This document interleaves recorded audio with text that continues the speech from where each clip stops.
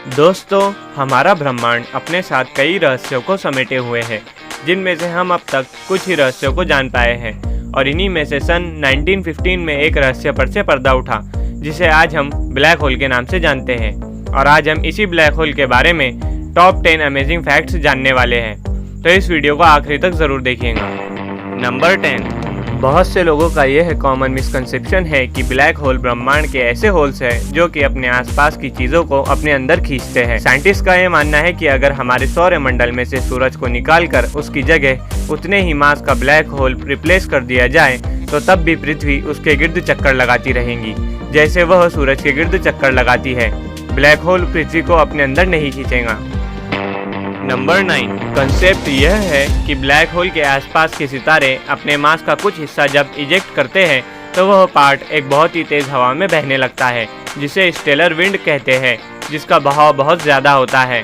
और उस तेज हवा में जो मटेरियल होता है, उस मटेरियल को उसका पड़ोसी अट्रैक्ट करता है और उसे अपने अंदर खींच लेता है, और उस पड़ोसी को ब्लैक होल कहते हैं। नंबर 8। स्पैगेटिफिकेशन। पढ़ने में ये नाम जितना मुश्किल है, उतना ही मुश्किल इसे सहना है।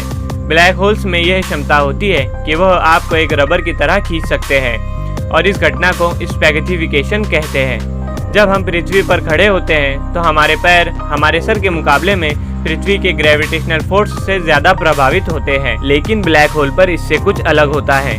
जैसे कंसिडर कीजिए कि आप ब्लैक होल पर हैं, तो आपको ग्रेविटेशनल फोर्स की वजह से एक खिंचाव महसूस होगा और आपके पैर ब्लैक होल के सेंटर की तरफ बहुत स्पीड से खींचे चले जाएंगे, लेकिन आपका ऊपर का आधा बॉडी इस तरह का इतना ज़्यादा खिंचाव महसूस नहीं करता और इतनी स्पीड से ब्लैक होल के सेंटर की तरफ मूवमेंट नहीं कर पाता, जिसके नतीजे में आपकी बॉडी के साथ होगा स्पैगेटिफिकेशन। नंबर 7। हम में से ज़्यादातर लोग यह सोचते हैं कि ब्लैक होल को अल्बर्ट आइंस्टाइन या फिर स्टीफन हॉकिंग ने डिस्कवर किया है, लेकिन यह बिल्कुल गलत है। ब्लैक होल को एक जर्मन फिजिसिस्ट और एस्ट्रोनॉमर कार्ल श्वार्ज़शाइल्ड ने डिस्कवर किया था, और वह भी सन 1915 में। नंबर 6। यह सुनकर आपको काफ़ी अजीब लगेगा कि क्या ब्लैक होल्स नई यूनिवर्सेस को जन्म दे सकते हैं, जबकि हमें यह भी नहीं पता कि हमारी यूनिवर्स के अलावा भी क्या कोई यूनिवर्स मौजूद है या नहीं, और इस थ्योरी पर आज रिसर्च की जा रही है।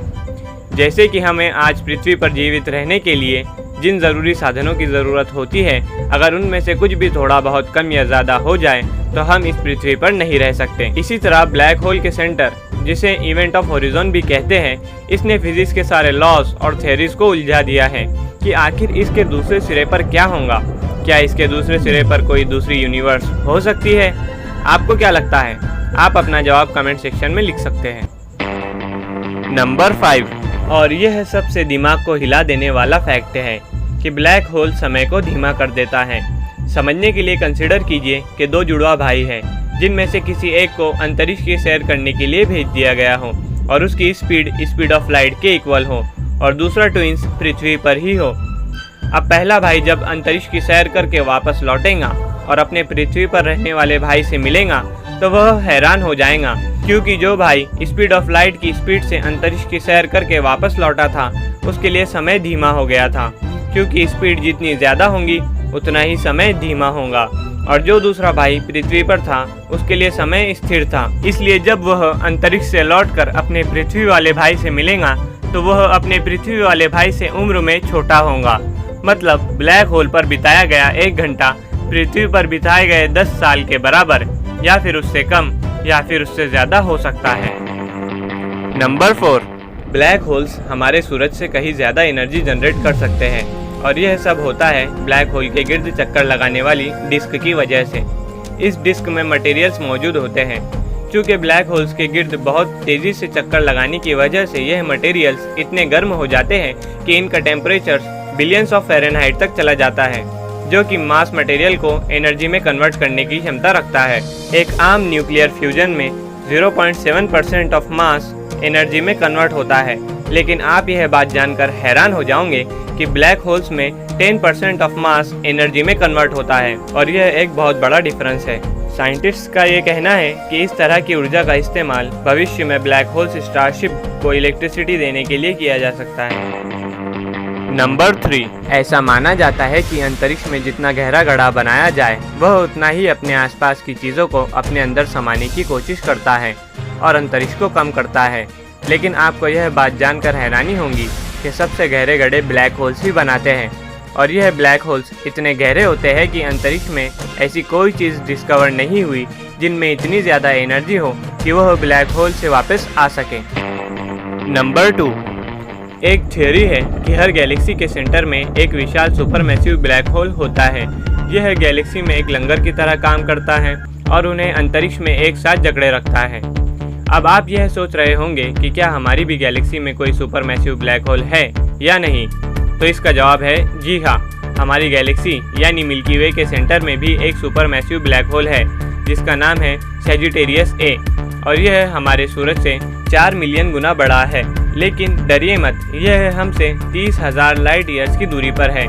वैज्ञानिकों का यह कहना है कि आज से लगभग 2 मिलियन साल पहले इसमें एक विस्फोट हुआ था जो कि शायद पृथ्वी से भी देखा जा सकता था। नंबर 1, ब्लैक होल्स बहुत ही हैवी मटेरियल से बने होते हैं जिसकी वजह से उनकी ग्रेविटेशनल फील्ड बहुत ज़्यादा स्ट्रांग होती है। यह किसी भी चीज़ को अपने अंदर फंसा सकते हैं, यहाँ तक कि लाइट भी इसको पार नहीं कर सकती। इसलिए हमें ब्लैक होल्स दिखाई नहीं देते।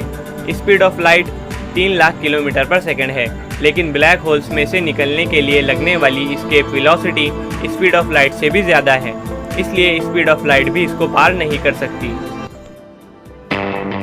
और यह एक बोनस फैक्ट है कि अगर आप हमारे चैनल और स्पेस स्टेशन को सब्सक्राइब करके बेल आइकॉन पर क्लिक करते हैं तो आपको हमारी स्पेस से जुड़ी हुई तमाम वीडियो मिल जाएंगी सबसे पहले।